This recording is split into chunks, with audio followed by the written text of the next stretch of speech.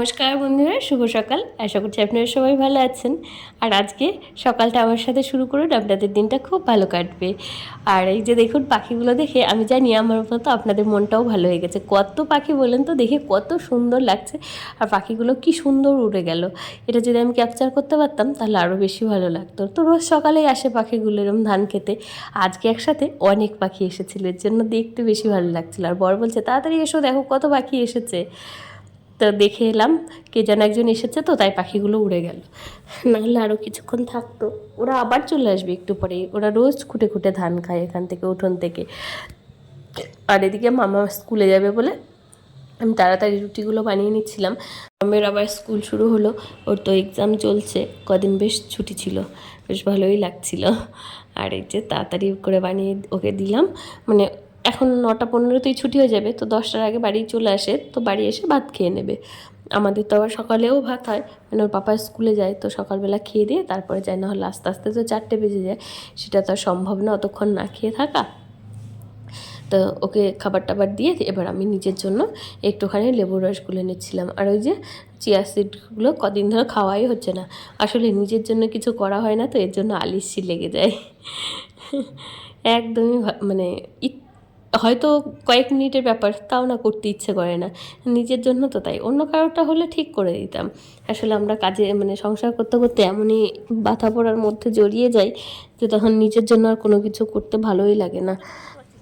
আর এদিকে হেজেনি ঘুম থেকে উঠেই ফ্রিজটা খুলেছিলেন। ফ্রিজ খুলে বলছে কি আমার ঠাম্মি মাছটা নিয়ে গেছে, ওর ছোটো ঠাম্মির ঘুমের ঘরে স্বপ্ন টপ্ন দেখেছে হয়তো, তো ও কিন্তু আবার গিয়ে ওর পাপা নিয়ে গেল, ওকে আবার ঘুম পাড়িয়ে দেবে, এক্ষুনি ও ঘুমিয়েও যাবে। তো আর কিছুটা বরকে দিচ্ছিলাম আর কিছুটা আমি দিচ্ছিলাম। আর ওই যে ওটা হচ্ছে ডাল পোড়া পোড়া, এই যে এটা খেতে কার কার ভালো লাগে। এটা বাসি ডাল থাকলে না একটু শুকনো করে নিলে খেতে কিন্তু বেশ ভালো লাগে, আমার তো খুব পছন্দের।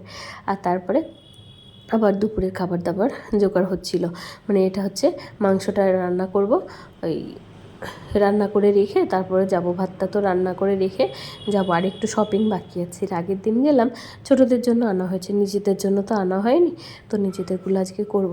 আর আমার ভাইদের জন্যও কিনতে হবে। তো এদিকে এই যে মশলাগুলো, আমি মাংসের মশলাগুলো করব, পেস্ট করব। আর এর মধ্যেই জিরে গুঁড়ো, লঙ্কার গুঁড়ো, ওইগুলো একটু দিয়ে দিলে কি হয়, একটু এগুলো তো সব শুকনো মশলা থাকে, এগুলো একটু কী বলে নেড়ে চেড়ে নিলে, কষিয়ে নিলে তাহলে খেতে বেশ ভালো হয়।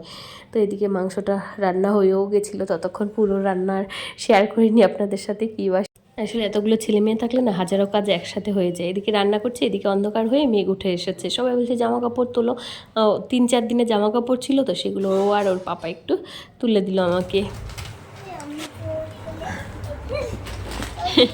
ওই চামচে করে খাওয়া যায় বাপা? ওই চামচে করে খাওয়া যায়? খাও, তোমারটা কই দেখি দিয়া। ওইলে বাবা, খাও খাও খাও, সবাই খাও। তোমরা চিপস খাও, আমি আর পাপা কাজ করে আসি, ঠিক আছে? বাইরে বেরোবে না, হ্যাঁ? পাপা ড্রেন পরিষ্কার করবে। আর দুটো আছে, পরে দেবো। আর এখন আমরা যাবো বলে ওদেরকে খাইয়ে দাইয়ে এই যে ঘুম পাড়িয়ে দিয়েছে। আর এনার আগেই ঘুম হয়ে গেছে সকালে, এনাকে নিয়ে যাব, মামাও ঘুমিয়ে পড়বে এক্ষুনি। তো ওদের ঘুমের টাইমটায় এই ফাঁকে, মানে এইটুকু সময়ে আমরা যাব আর শপিংটা করে নিয়ে তাড়াতাড়ি চলে আসবো। আসলে মাথায় চাপ নিয়েই যেতে হয়, আমাদের কিছু করার থাকে না। তো এদিকে এই যে দিয়াবুড়ি রেডি হয়ে গেছে, আর মামাকে বলছে আমার জন্য পার্ক আনবে, আর নাহলে এই বার্গার আনবে। ঠিক আছে, নিয়ে আসবো। আমরা এখন যাচ্ছি বাজার করতে, তুই যাবি আমাদের সাথে? হ্যাঁ, তুই যাবি? তুই তো মালাটাই আমাকে দিলি না, তাহলে আমি তোকে নেবো কেন? মালাটা দিবি আমাকে, তাহলে নেব। আমরা এখন একটু শপিং করতে যাচ্ছি, আগের দিন গেছিলাম, হয়নি পুরোটা। চলে এসেছি। আগে যেমন দেখে দেখে ঘুরে ঘুরে বাজার করতাম, মানে এক দোকান পছন্দ না হলে আরেক দোকান, এখন তার সেই সময় নেই।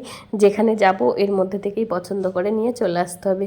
তো এই যে প্রথমেই চলে এসেছিলাম জেডে, মানে যাওয়ার পথে এটাই প্রথমে পড়ছিল, না হলে হয়তো কেনাই হতো না। এই দোকানে, মেয়েদের দোকানে ঢুকলে শাড়ি টাড়ি দেখতে দেখতে অনেকটা সময় লেগে যায়।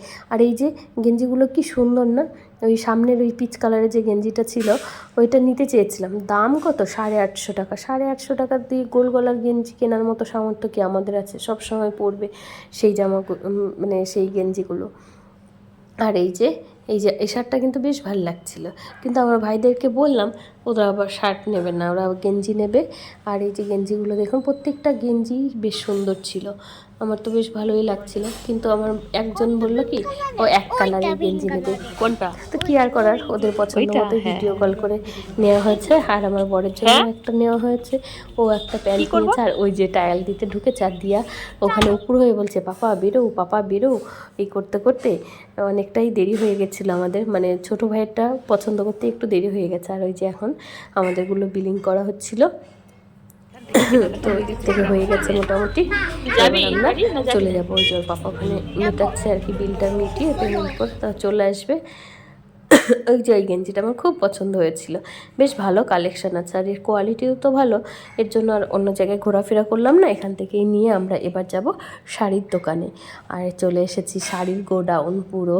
এখানে কিন্তু একটা দুটো শাড়ি না, মানে এদের হচ্ছে কি বলবো, এটা আমাদের কালনার সুভাষ বলে একটা দোকান আছে, ওখানে মানে পুরো এদের খুচরো খরিদ্দারের থেকে পাইকারি বেশি, তো এর জন্য গাদা গাদা শাড়ি লাট করা থাকে, এর মধ্যে থেকে আমরা নিজেরাই দেখে নিই।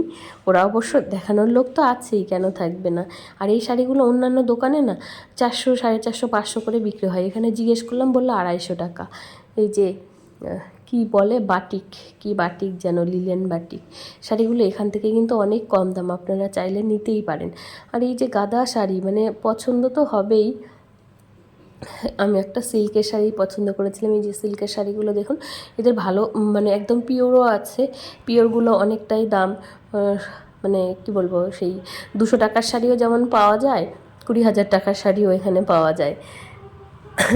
তা আমি মানে অত পিওর শাড়ি নেওয়ার ক্ষমতা আমাদের নেই, 8,000 9,000 টাকা দিয়ে একটা শাড়ি নেব, মানে কি বলবো, হয়তো বর দেবে কিন্তু আমার নিজেরই ক্ষমতা নেই, মানে নিজে ভাবতেই পারি না যে আমি অত টাকা দিয়ে শাড়ি নেব। তো আমি নিজে ঘুরে ঘুরে দেখছিলাম, এখান থেকে এই যে মার জন্য একটা শাড়ি নিয়েছিলাম, আমার জন্য একটা নিয়েছি, আরও একটা শাড়ি এক্সট্রা নিয়েছি, 3টে শাড়ি টোটাল এনেছি। তো সেগুলো আর কেনা হয়ে গেছে, এবার যাচ্ছি আমরা বাড়ি। অনেক বাজার করা হয়ে গেছে, আজকে পুজোর বাজার মোটামুটি শেষ।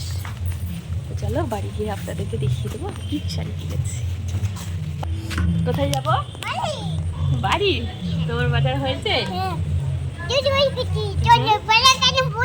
এখানে বসবো? গাড়িটা চালাবে কে?